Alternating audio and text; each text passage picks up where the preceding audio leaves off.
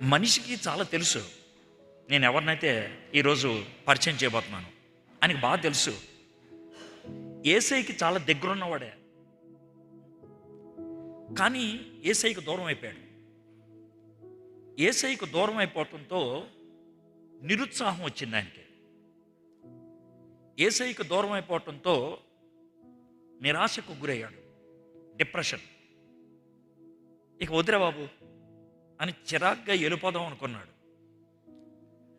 అలాంటప్పుడు యేసయ్య అతన్ని వెంటాడి పట్టుకొని తిరిగి పరిచర్లోకి తీసుకొచ్చాడు. అతడు క్రైస్తవ్యానికి ఒక పెద్ద పిల్లర్ అయిపోయాడు. ఎవరు అంటే పేతురుతో సంభాషణ గురించి మాట్లాడదాం అనుకున్నాం.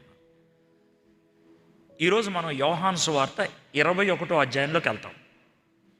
అయితే యోహాను సువార్త 21వ అధ్యాయంలోకి వెళ్ళకముందు పేతురుతో యేసు ప్రభు యొక్క సంభాషణ గురించి మాట్లాడకముందు ప్రాథమికంగా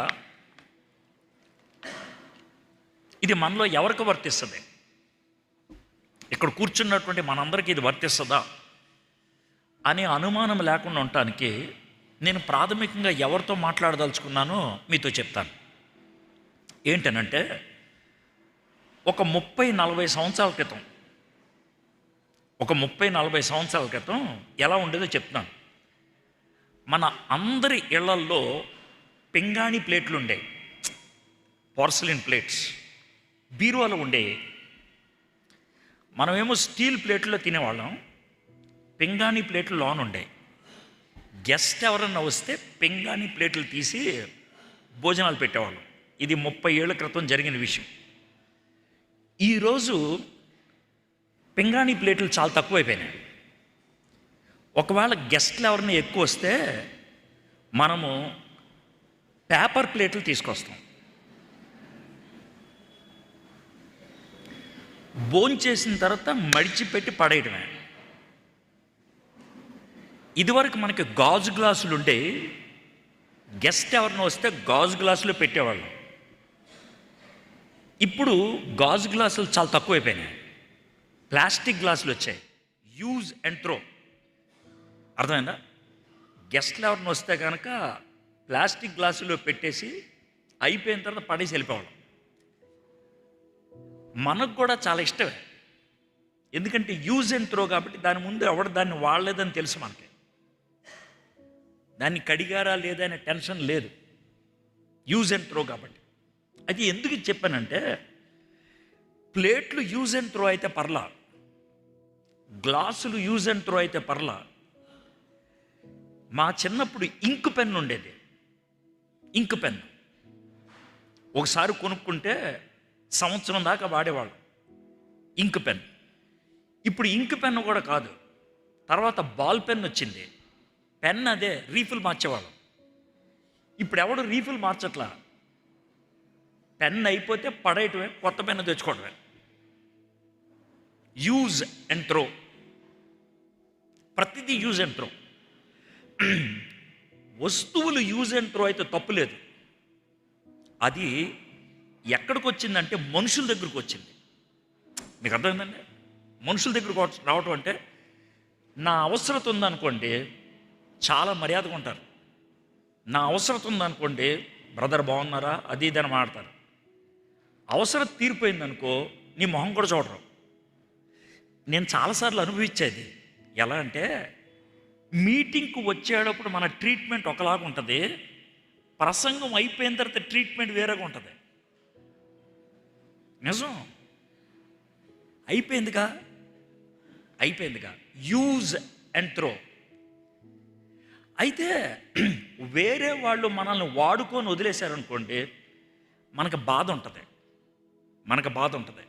అయితే ఇప్పుడు ప్రస్తుత పొజిషన్ ఏంటో మీకు చెప్తాను. మీలో కొంతమంది ఈ స్థితిలో ఉండుంటారు. ఏంటంటే వేరే వాళ్ళు మనల్ని వాడుకొని వదిలేయండి, మనల్ని మనమే వాడుకొని మనల్ని వదిలేస్తాం. అదేంటి సార్ అంటారేమో.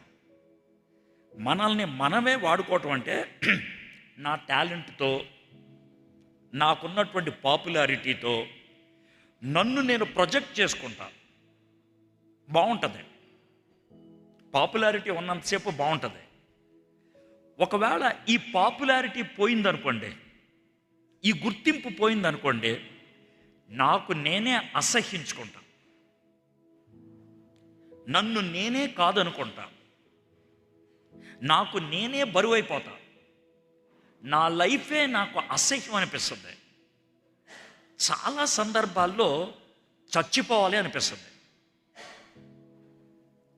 యూజ్ అండ్ త్రో మనల్ని మనమే. ఈ యూజ్ అండ్ త్రో డబ్బులు లేక వచ్చేది కాదు, పరపతి లేక వచ్చేది కాదు, గుర్తింపు లేక వచ్చేది కాదు. ఎందుకు వస్తుందో తెలియదు.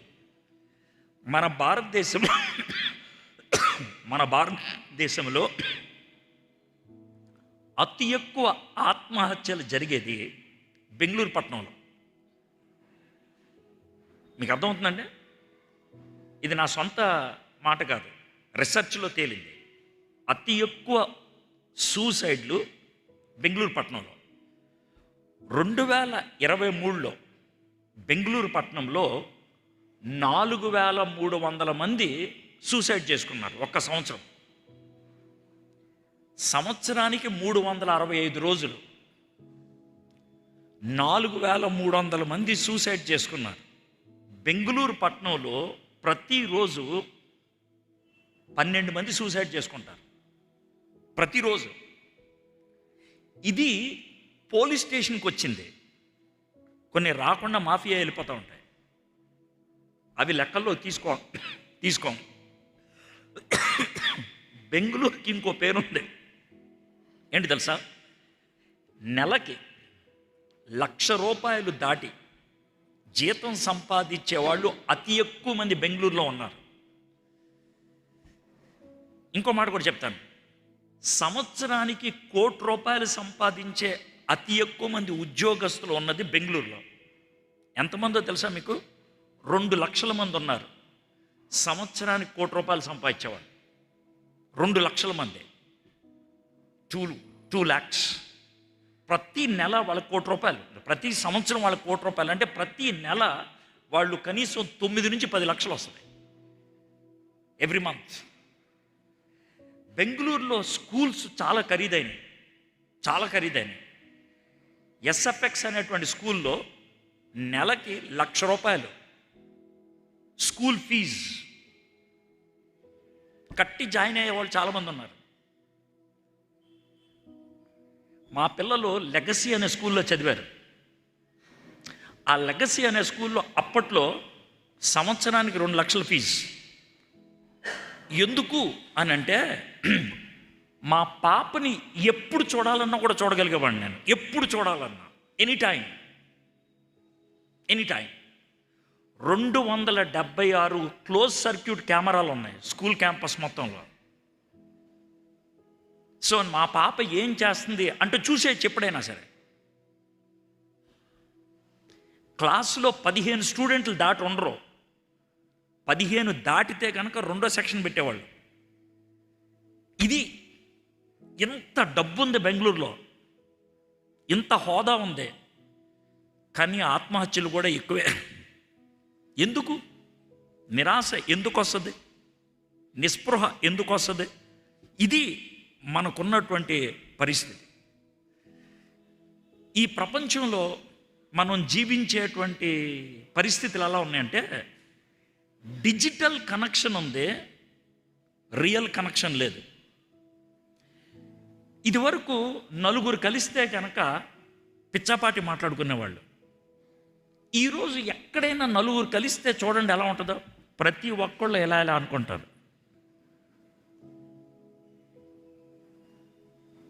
ఎవరు కూడా చూడరు. 40 ఏళ్ల క్రితం మనం డైనింగ్ టేబుల్ దగ్గర పిచ్చాపాటి మాట్లాడుకుంటూ తినేవాళ్ళం. 20 ఏళ్ల క్రితం ఒక టీవీ స్క్రీన్ చూస్తూ తినేవాళ్ళం. ఇప్పుడు ఎవడ మొబైల్స్ వాళ్ళు చూసుకుంటూ తింటున్నారు. డిస్కనెక్ట్ అయిపోయాం. ఈ లోకంలో మన కనెక్షన్స్ లేవు. కాబట్టి ఏ క్షణాన్నైనా ఈ లోకాన్ని విడిచిపెట్టి వెళ్ళిపోవటం పెద్ద విషయం కాదు. నాకు ఎవరితో కూడా రియల్ కనెక్షన్ లేదు, ఎవరితో కూడా లేదు. కాబట్టి ఈ లోకాన్ని విడిచిపెట్టేస్తే ఎవరికి లెక్కలేదు. నా జీవితం నాకే అసహ్యం అనిపిస్తుంది. దాన్ని డిప్రెషన్ అంటారు. దాన్నే ఒక విధంగా చెప్పాలంటే లోన్లీనెస్ అంటారు. ఈ లోకములో అతి పెద్ద జబ్బు కరోనా కాదు, లోన్లీనెస్, ఒంటరితనం. ఒంటరితనం అంటే ఒంటరిగా కూర్చోవటం కాదు. ఒంటరితనం అంటే 10 మందితో కూర్చొని ఎవరితో మాట్లాడకుండా ఉండటం. ఒంటరితనం అంటే మాట్లాడటానికి ఏమీ లేకపోవటం కాదు. ఒంటరితనం అంటే నా మాటలు ఎవరితో పంచుకోవాలో తెలియకపోవటం. నీకు సమస్యలు ఉన్నాయి, చెప్పుకోవడానికి ఉన్నారు, కానీ ఎవరితో చెప్పుకోవాలో నీకు తెలియదు. బేసిక్గా యూ డోంట్ ట్రస్ట్ ఎనీబడి, ఎవరిని నమ్మవు. ఇది ఒంటరితనం. ఇలాంటి ఒంటరితనంలో ఉన్నటువంటి మనం ఏం చేయగలం? ఈరోజు ఇక్కడ కూర్చున్నటువంటి మీరు అలాంటి ఒంటరితనంలో ఉన్నారేమో. మీరు అనొచ్చు, సార్ మేము ప్రీచర్స్ సార్, మేము క్రిస్టియన్స్ సార్, మేము బిలీవర్స్ సార్. అంటే క్రిస్టియన్స్కి డిప్రెషన్ రాదా అడుగుతున్నాను నేను. ప్రీచర్స్కి డిప్రెషన్ రాదా? మీకు 3 గురించి చెప్తాను. ఖతర్నాక్ క్యాండిడేట్స్ బైబిల్లో. వాళ్ళ 3కి డిప్రెషన్ వచ్చింది. మొదట ఎవరో తెలుసా? మోషే.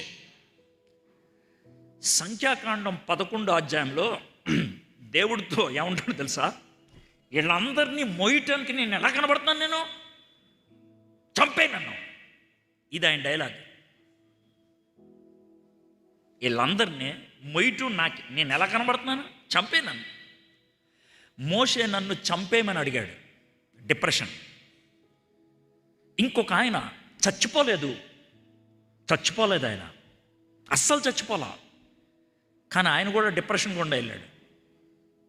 ఏలియా కర్మేలు పర్వతం మీద ప్రార్థన చేస్తే అగ్ని కురిసింది, ప్రార్థన చేస్తే వర్షం వచ్చింది. పర్వతం మీద నుంచి కిందకు వచ్చాడు, అంతే, డిప్రెషన్ వచ్చింది.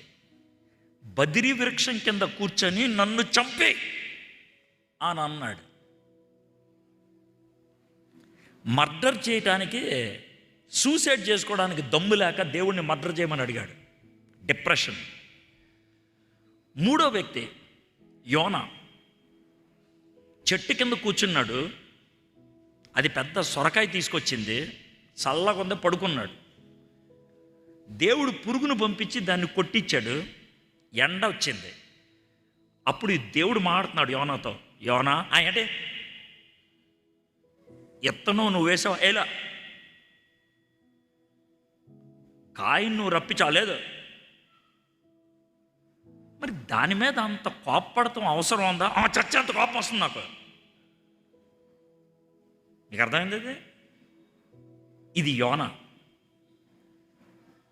యోనా. అప్పుడు దేవుడు ఏమన్నాడు తెలుసా? ఈ సొర చెట్టు విత్తనం వేయలేదు, నీళ్లు పోయలేదు, ఇది చచ్చిపోతే నీకు అంత కోపం వచ్చింది. 120,000 మంది కుడి ఎడాలకి తేడా తెలీదు, నేను వాళ్ళని సృష్టించాను, మరి వాళ్ళ గురించి నేను ఎంత డిప్రెషన్లోకి వెళ్ళాలి? మీకు అర్థమవుతుందండి? సో డిప్రెషన్ అనేది అందరికీ ఉంటుంది, ఒక్కొక్కరికి ఒక్కో స్థాయిలో. డిప్రెషన్లో ఉన్న వ్యక్తుల్ని దేవుడు తోసిపడేస్తాడా? వద్దంటాడా? మన మిత్రుల్లో డిప్రెషన్ ఉన్నవాళ్ళు 2 రకాలు ఉంటారు. నీకు బాగా ఇష్టమైన వాళ్ళు అనుకో, డిప్రెషన్లో ఉన్నారనుకో, ఏమైందిరా ఎవరిగా, ఇది ఒక జాతి. 2వ జాతి, నీకు వాడికి అంత క్లోజ్ రిలేషన్ ఉండదు, డిప్రెషన్, ఇది పెద్ద మూడిస్టురాడే బానే. ఇది 2వ జాతి. ఇది మీరు అనుభవించేదే. చాలాసార్లు మన లైఫ్లో మనం డిప్రెషన్ గుండా వెళ్తున్నప్పుడు మన చుట్టూ ఎవరు ఉండరు. మనం జోకులు వేస్తున్నప్పుడు మన చుట్టూ చాలామంది ఉంటారు. మనం పండగ చేసుకుంటున్నప్పుడు చాలామంది ఉంటారు. మనము నిరాశ నిస్పృహల్లో ఉన్నప్పుడు మన దగ్గరికి ఎవరు రావడానికి ఇష్టపడరు. ఎందుకో తెలుసా? జాగ్రత్త వినండి. నువ్వంటే ఇష్టం లేక కాదు. నిరాశ నిస్పృహల్లో ఉన్న వ్యక్తి ఎవడైనా వస్తే వాడి నిరాశ గుర్తొచ్చి ఆడికి ఇంకా బాధ కలుగుద్ది. అందుకే రారు. మనం జీవించేటువంటి లోకం అలాంటిది. బైబిల్లో వ్యక్తులు ప్రతి ఒక్కళ్ళు నిరాశ గుండా వెళ్ళిన వాళ్ళే, ప్రతి ఒక్కళ్ళు బాధ గుండా వెళ్ళిన వాళ్ళే. అబ్రహాము విశ్వాసులకు తండ్రి, కానీ ఆయన కూడా విశ్వాసం కోల్పోయాడు. ఎంతగా కోల్పోయాడంటే సొంత భార్యను చెల్లి అనిపించుకున్నాడు. ఎందుకని? చావును తప్పించుకోవడానికి. యాకోబు మోసగాడు అని బిరుదు పొందాడు. మోసగాడు అనే బిరుదు. గిద్యోను ఆయన మూలకెళ్ళి పని చేసుకోవడానికి ఇష్టపడ్డాడు. ఆయన పబ్లిక్ రావడానికి ఇష్టపడాల. మోషే గురించి చూసాం, గిద్యోను గురించి చూసాం. వీళ్ళందరూ కూడా డిప్రెషన్ గుండా వెళ్ళిన వాళ్ళే. సార్ ఎందుకు సార్ ఇంత దీర్ఘమైన ఇంట్రడక్షన్ ఇస్తున్నారంటే, మీరు నేను డిప్రెషన్లో ఉన్నాను అని చెప్పుకుంటే అవిశ్వాసి అనుకుంటారేమో అని. నో, మీరు విశ్వాసే. మీరు చచ్చిపోతే పరలోకానికి వెళ్తారు. నేను దాని గురించి మాట్లాడుతున్నా. కానీ ఈరోజు నీ లైఫ్ సరిగ్గా లేదేమో. అందుకనే ఇన్ని ఉదాహరణలు చెప్పాను. బైబిల్లో ఇంతమంది క్యారెక్టర్స్ మీకు చెప్పాలని ఇష్టపడుతున్నాను. 3 విషయాలు మీకు చెప్తాను. ఒకటేంటంటే, జీవితంలో విరిగిపోయిన పరిస్థితి కొంతమందికే ఉంటుంది అనేది అబద్ధం. జీవితంలో విరిగిపోయిన పరిస్థితి, బ్రోకెన్నెస్ కొంతమందికే ఉంటుంది అనేది అబద్ధం. రెండోది, నా జీవితంలోకి నిరాశ ఎప్పటికీ రాదు, ఇది రెండో అబద్ధం. మూడో అబద్ధం, నేను నిరాశలో కృంగిపోతున్నాను, నా జీవితం ఇంకెప్పటికీ బాగుపడదు, ఇది మూడో అబద్ధం. మరి ఈ 3 అబద్ధాల్లో ఏ అబద్ధం దగ్గర నువ్వు ఉండిపోయావో నాకు తెలియదు. ఒకవేళ మూడోది దగ్గర ఉంటే, నేను కృంగిపోయాను, నా జీవితం బాగుపడదు అనుకుంటే ఈరోజు మీతో మాట్లాడాలనుకుంటున్నాను. బైబిల్లో ఉన్న దేవుడికి ప్రపంచానికి ఉన్న ఒకే ఒక తేడా, ప్రపంచం యూజ్ అండ్ త్రో, కానీ బైబిల్లో ఉన్నటువంటి దేవుడు పడేసినోడిని దగ్గరికి తీసుకొచ్చి బాగు చేసుకుంటాడు. నిన్ను లోకం పడేసిందేమో, మీ ఇంట్లో వాళ్ళు పడేశారేమో, మీ స్నేహితులు పడేశారేమో, కానీ దేవుడు మాత్రం మిమ్మల్ని పడేలా, మిమ్మల్ని దగ్గరికి తెచ్చుకోవడానికి ఇష్టపడుతున్నాడు. థియోడార్ విలియమ్స్ ఒక గొప్ప ప్రసంగికుడు ఉండేవాడు. ఇండియన్ ఎవాంజలికల్ మిషన్ ఐఎంకి వ్యవస్థాపకుడు. అద్భుతమైనటువంటి వర్తమానాలు ఇచ్చేవాడు, అద్భుతం. నా చిన్నప్పుడు ఆయన వాక్యాలు నన్ను పెంచాయి. రేడియో శ్రీలంకలో వచ్చాయి. ఒకరోజు నా గుండె ఆగిపోయే వర్తమానం విన్నాను. పెద్దోడాయన. ఈ వర్తమానం నేను విన్నప్పుడు 58-60 సంవత్సరాల మధ్యలో ఉన్నాడు. ఆయన మీటింగుల్లో పాట పాడే అమ్మాయితో అక్రమ సంబంధం పెట్టుకున్నాడని బయటపడింది. తన భార్య వాళ్ళిద్దరూ లోనున్నప్పుడు గదికి తాళం వేసి పెద్దలందరినీ పిలిపించి చూపించింది. ఆ తర్వాత 2 ఏళ్ళు ఆయన ప్రసంగాలు చేయలే. అతన్ని దేవునితో గడపండి, మీ జీవితాన్ని సరిచేసుకోండి అన్నారు. ఆయన అలాగే చేశాడు. 2 ఏళ్ళు కాదు, 4 ఏళ్ళు. 4 ఏళ్ల తర్వాత విశాఖపట్నంలో ఒక మీటింగ్లో మాట్లాడటానికి వచ్చాడు. ఆయన ఒకే ఒక వర్తమానం ఇచ్చాడు. కీర్తనలు 51 తీసుకొని వర్తమానం ఇచ్చాడు.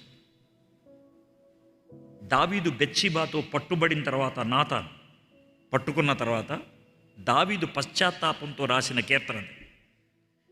ఆ కీర్తన ఆధారం చేసుకొని ఆయన వర్తమానం చెప్తూ దానికి ఇచ్చిన టైటిల్ నాకు బాగా అనిపించింది. ఆయన ఏమన్నాడు తెలుసా? Failure is not final with God. ఓటమి, మన జీవితంలో వచ్చే ఓటమి దేవుని విషయంలో దేవుని యొక్క దృష్టిలో అంతము కాదు. నువ్వు ఈరోజు పడిపోయాము, ఈరోజు ఓడిపోయాము. ఓడిపోవటం అంటే ఏంటి చెప్పంటారా? చిన్న చిన్న ఉదాహరణలు. ప్రతిరోజు బైబిల్ చదువుదాం అనుకున్నాం, 5 రోజులు చదివావు, ఆరో రోజు చదవలేదు, ఓడిపోయావు. నువ్వు ఓడిపోయావు. 4 రోజులు ఎక్సర్సైజ్ చేద్దాం అనుకున్నావు, చేసావు, 5వ రోజు చేయలేదు, ఓడిపోయావు. డిప్రెషన్ వస్తుంది. ఎందుకు చేయలేదు. ఇంకా కొంచెం సీరియస్ అయితే బ్లూ ఫిలిమ్స్ చూసే అలవాటు ఉంది. కష్టపడి బిగపట్టుకొని ఆపుకున్నావు 10 రోజులు, 11వ రోజు చూసావు, ఓడిపోయావు. ఇలాంటివి ఎన్నైనా చెప్పొచ్చు, చిన్న చిన్న విషయాలు. ఫేస్బుక్స్లో రీల్ ఒకటి చూద్దాం అనుకుంటావు, కానీ 2 గంటలు చూస్తావు. ఇంకొకటి ఆగదు.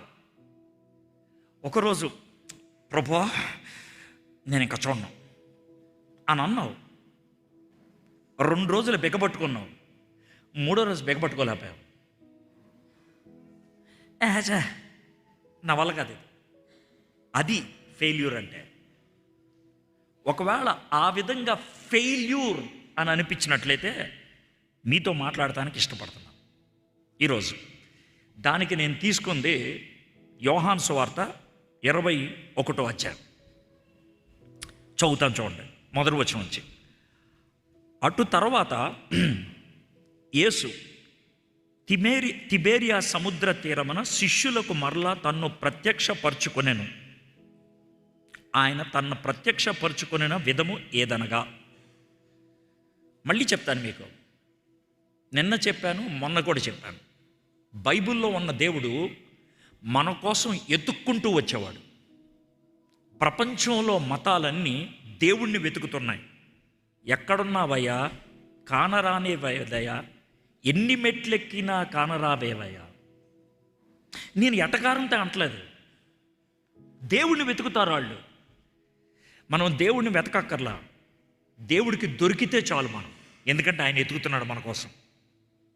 దేవుడు మనల్ని ఎతికేవాడు. దేవుడు అవిశ్వాసుల్ని వెతుకుతున్నాడు. దేవుడు విశ్వాసులను కూడా ఎతకాల్సి వస్తుంది. ఎందుకో తెలుసా? విశ్వాసి కూడా, తనతో సంబంధం కలిగిన వాడు కూడా వదిలేసి వెళ్ళిపోయారు. ఈరోజు నీ పరిస్థితి అదేమో. చూద్దాం ఏం జరిగిందో. తిబేరియా సముద్ర తీరానికి ఆయన వచ్చాడు. సీమోను పేతురును, దిదుమ అనబడిన తోమాయు, గలిలీలోని కానా అను ఊరువాడగు నతనియేలు, జెబెదయి కుమారులను అంటే యోహాను, యాకోబు, ఆయనలో శిష్యుల్లో మరి 2 కూడా ఉండిరి. మొత్తం 7. 11 మంది ఓడిపోయాడు కదా, అందుట్లో 7 ఉన్నారు. సీమోను పేతురు, నేను చేపలు పట్టబోదునని వారితో అనగా, వారు మేమును నీతో కూడా వచ్చిదమనిరి.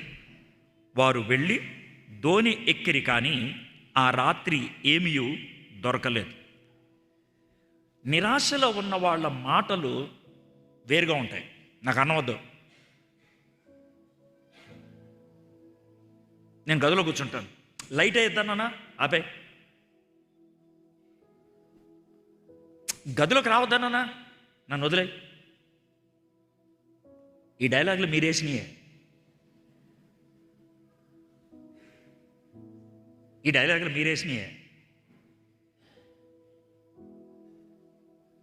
ఇక్కడ పేతురు డిప్రెషన్లో ఉన్నాడంటానికి ఆయన వేసిన డైలాగ్ అర్థమవుతుంది. నేను చేపలు పడటానికి వెళ్తాను. దాన్ని చెప్పాల్సిన అవసరం ఉందా? వెళ్తే వెళ్ళు, చెప్పాల్సిన అవసరం ఉందా? గుర్తుపెట్టుకోండి, డిప్రెషన్లో ఉన్నవాళ్ళు, డిఫీట్ అయిన వాళ్ళు ఒంటరిగా వెళ్ళటానికి ఇష్టం ఉంటుంది, కానీ భయం వేస్తుంది. మీకు తెలుసో లేదో, అలాంటి టైంలో సూసైడ్ తలంపు వచ్చింది అనుకోండి, మరీ భయం వేస్తుంది. మీలో ఎవరన్నా సూసైడ్ ట్రై చేశారు లేదు నాకు తెలీదు. నేనైతే 2 times ట్రై చేశాను, చాలా సీరియస్గా. చచ్చిపోతా అనేదో పెద్ద డైలాగ్ వేసి కాదు, చాలా కూల్గా చచ్చిపోతాం, చాలా కూల్గా. ఆ టైంలో నాకు కలిగినటువంటి భయం నాకు తెలుసు. చచ్చిపోదామంటే భయం, బతకటానికి కూడా భయమే. ఆ భయం చాలా భయంకరంగా ఉంటుంది. అది ఎవరికి చెప్పుకోలేం.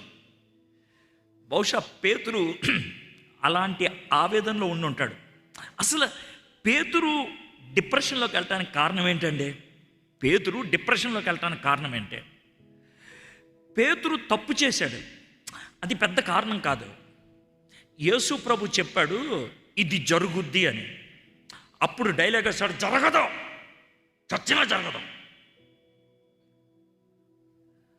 ఆ రోజు ఆ డైలాగ్ వేయకుండా ఉంటే బాగుండేది. పేతురు, ఈ రాత్రి కోడి కుయ్యక ముందు 3 సార్లు బొంకుతావు. 1 కాదు 2 కాదు 3 సార్లు. జరగదు, అది నా ప్రాణం పెట్టేస్తాం. అందుకే అన్నాను, నాకు డిప్రెషన్ రాదు అనొద్దు, నేను పడిపోను అనొద్దు, నాకు ఇలా జరగదు, ఎవరికి జరిగినా సరే బాండ్ పేపర్ మీద రాసిస్తా అనొద్దు, నేను శోధనలో ఓడిపోను అనొద్దు. వద్దు, గర్వం, అది జాగ్రత్తగా ఉంటే బాగుండేది. యేసు ప్రభు వారు చెప్పారు ఇది జరుగుద్దంట. అవునాయా, కొంచెం సహాయం చేయవా, ఏం చేయమంటావు చెప్ప అంటే బాగుండేది. ఎంత బాగుండేది. అలా కాకుండా అరే కొంచెం జాగ్రత్తగా చదువుకోరా, పోతావంటే జరగదు, నేను పోను అన్న తర్వాత ఆడు పోయినందుకు బాధ కంటే పోను అని చెప్పాడే దానికి బాధ ఎక్కువ ఉంటుంది. పేతురుతో యేసయ్య అన్నాడు ఇది జరుగుద్దంటే జరగదు అన్నాడు. నికృష్టంగా పడిపోయాడు. చిన్న పాప నువ్వు ఆయనతో తిరిగావు కదా అంటే కాదు, పెద్దోళ్ళు ఊరుకో. ఈ 3వ వాళ్ళు ఒట్టేస్తున్నా, ఆయనకి నాకు సంబంధం లేదు. ఆ తర్వాత యేసు ప్రభు వారు మరణం జయించి తిరిగి లేచిన తర్వాత 11 మంది శిష్యులకు కనబడ్డాడు, పేతురికి ప్రత్యేకంగా కనబడ్డాడు. ఇవన్నీ గుర్తొచ్చి ఇప్పుడు మొహం ఆయనకి ఎలా చూపించడం, వెళ్ళిపోతాం చేపలు పట్టుకోవడానికి. మీరు కూడా రండి అని చెప్పడానికి భయం. ఒకవేళ రండి అని చెప్తే వీళ్ళు వెళ్ళిన చోట మళ్ళీ ఓటం వస్తే ఎరా ఎందుకు తెచ్చావరా అని అడుగుతారేమో. అందుకే చాలా తెలివిగా నేను వెళ్తున్నా అని అన్నాడు.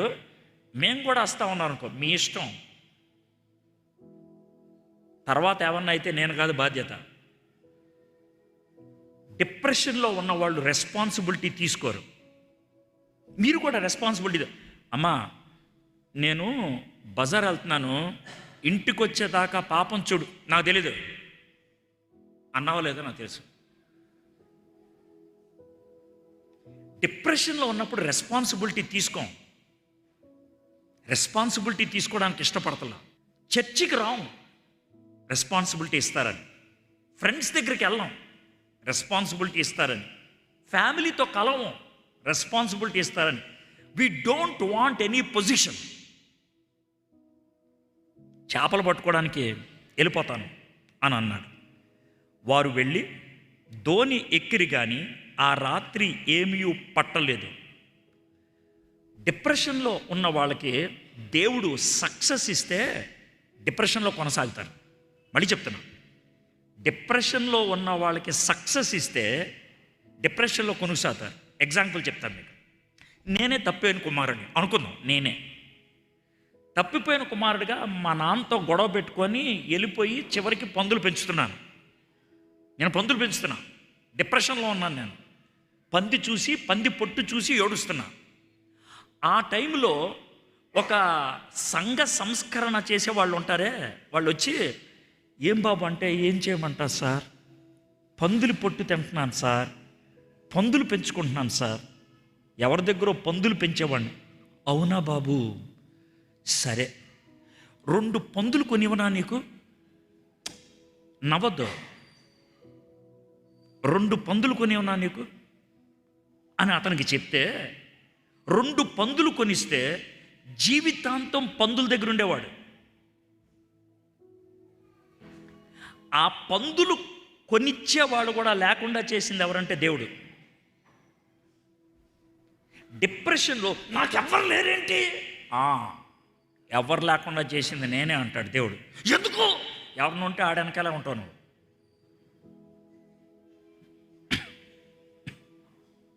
If there is somebody to comfort you, you will be there. Loneliness is the action of God to restore. ఒంటరితనము దేవుడు నిన్ను తన దగ్గరికి తెచ్చుకోవడానికి తాను ఉపయోగించినటువంటి ఒక పాత్ర, ఒక వెపన్. వెళ్ళాడు, ఆ రాత్రి ఏమీ దొరకలేదు. 4వ వచనం, సూర్యోదయం అగుచుండగా యేసు దరిని నిలిచెను. యేసయ్య ఎత్తుక్కుంటూ వచ్చాడు వాళ్ళ దగ్గరికి. అయితే ఆయన యేసు అని శిష్యులు గుర్తుపట్టలేరు. జాగ్రత్తమనండి, 3.5 సంవత్సరాలు ఉన్నారు యేసయ్యతో. 3.5 సంవత్సరాలు, 3.5 years. యేసు ప్రభు ఒడ్డులో ఉంటే గుర్తుపట్టలేదు. దీన్ని మన జీవితంలో తీసుకురామంటారా? బైబిల్ చదువుకున్నావు, చక్కటి తలంపులు వచ్చాయి, చాలా ఆదరణ దొరికింది, ప్రార్థన చేసుకున్నావు, అయిపోయింది. ఇది దేవుడితో సంబంధం బాగున్నప్పుడు. కొంతకాలం అయిన తర్వాత దేవునికి దూరం అయ్యావు, అదే ప్యాసేజ్ చదువుతున్నావు, ఏమి ఎక్కట్లా, ఏమి తలంపులు రావట్లా. ఎందుకు? What happened? దేవునితో నీకు సంబంధం లేనప్పుడు వాక్యం కూడా డ్రైగా అనిపిస్తుంది. ఒకప్పుడు గంటలు గంటలు ప్రార్థన చేసి ఇంకా తృప్తి లేదన్నట్లు ఉండేది. ఇప్పుడు చాలా కుటుంబ ప్రార్థనలో జరిగే విషయం అని చెప్తాను. డాడీ మీరు ప్రార్థన చేయండి. ఎందుకు? మమ్మీ చేస్తే చాలా పేర్లు చెప్పుద్ది, చాలా పొడుగుంటుంది మమ్మీ ప్రార్థన, అంతసేపు నేను మోకరించలేను. డాడీ అయితే బుల్లెట్ పాయింట్లు ఉంటాయి, టకటకా అయిపోతుంది. మమ్మీ అయితే అలా కాదు. పెద్ద బాబు వాడికి సహాయం చేయి అని ప్రార్థన చేయదు మమ్మీ. ప్రభువా పెద్ద బాబు సంగతి నీకు తెలుసు అని వాడి పుట్టుక దగ్గరికి వెళ్తుంది. వాడికి జబ్బు వచ్చినప్పుడు దేవుడు ఏం చేశాడో కూడా చెప్పుద్ది. ఇప్పుడు ఆడుకున్న సమస్య ఏంటో చెప్పుద్ది, ఏం జరిగితే బాగుంటుందో చెప్పుద్ది. ఎంత చెప్పుద్ది మమ్మీ, డాడీ చెప్పడం. అంటే దేవుడితో నీకు రిలేషన్ లేనప్పుడు దేవుణ్ణి ఎంజాయ్ చేయలేవు, దేవుణ్ణి రికగ్నైజ్ చేయలేవు. ఇదివరకు మీ పాస్టర్ గారి ప్రసంగం నీకు నచ్చింది, ఈరోజు అదే పాస్టర్ గారి ప్రసంగం నీకు నచ్చట్లా, డ్రైగా అనిపిస్తుంది. సార్ మీలాగా వాక్యం చెప్తే బాగుంటుంది సార్, మా అయ్యగారు అలా చెప్పట్లేదు సార్. సమస్య మీ అయ్యగారు కాదు, నీది. ఎందుకంటే దేవుడు గాడిదని కూడా వాడుకోగలిగేవాడు, మీ పాస్టర్ గారు గాడిద కంటే బెటరేగా. వినగలిగే మనస్సు ఉంటే దేవుడు ఎవరినైనా వాడుకుంటాడు. God can use anybody if you have the desire. గుర్తుపట్టలేదు. 5వ వచనం, యేసు పిల్లలారా భోజనమునకు మీ వద్ద ఏమైనా ఉన్నదా అని వారిని అడగగా, భోజనానికి మీ దగ్గర ఏమైనా ఉందా? లేదని వారు ఆయనతో చెప్పిరి. ఇప్పుడు బాబు తినటానికి ఏమైనా ఉందా? ఏం లేదు ఇక్కడ. ఇది వాళ్ళు ఇచ్చిన జవాబు. ఏమి లేదు ఇక్కడ అంటే యేసు ప్రభు ముఖాన్ని గుర్తుపట్ల, స్వరాన్ని కూడా గుర్తుపట్ల. మీకు ఎప్పుడైనా అలా జరిగిందా? మీకు బాగా ఇష్టమైన మిత్రుడు లేకపోతే మిత్రురాలు యూజువల్గా ఎవరన్నా ఫోన్ చేస్తే క్లోజ్ రిలేటివ్స్ హలో అనగానే అవతల వాళ్ళ స్వరాన్ని గుర్తుపడతావు. ఎవరు ఎవరు ఎవరు మీరు కొన్నిసార్లు నటించారు. You have acted. ఎందుకు తెలుసా? నిన్ను గుర్తుపట్టలేనంత దూరం వెళ్ళిపోయానని కమ్యూనికేట్ చేయడానికి. ఇది డ్రామా కాదు, రియాలిటీ. గుర్తుపట్ల ఇది డ్రామా కాదు, రియాలిటీ. చాలా దూరం, చాలా దూరం వెళ్ళిపోయాను. సంబంధం తెగిపోయింది అనటానికి ఇదే రుజువు.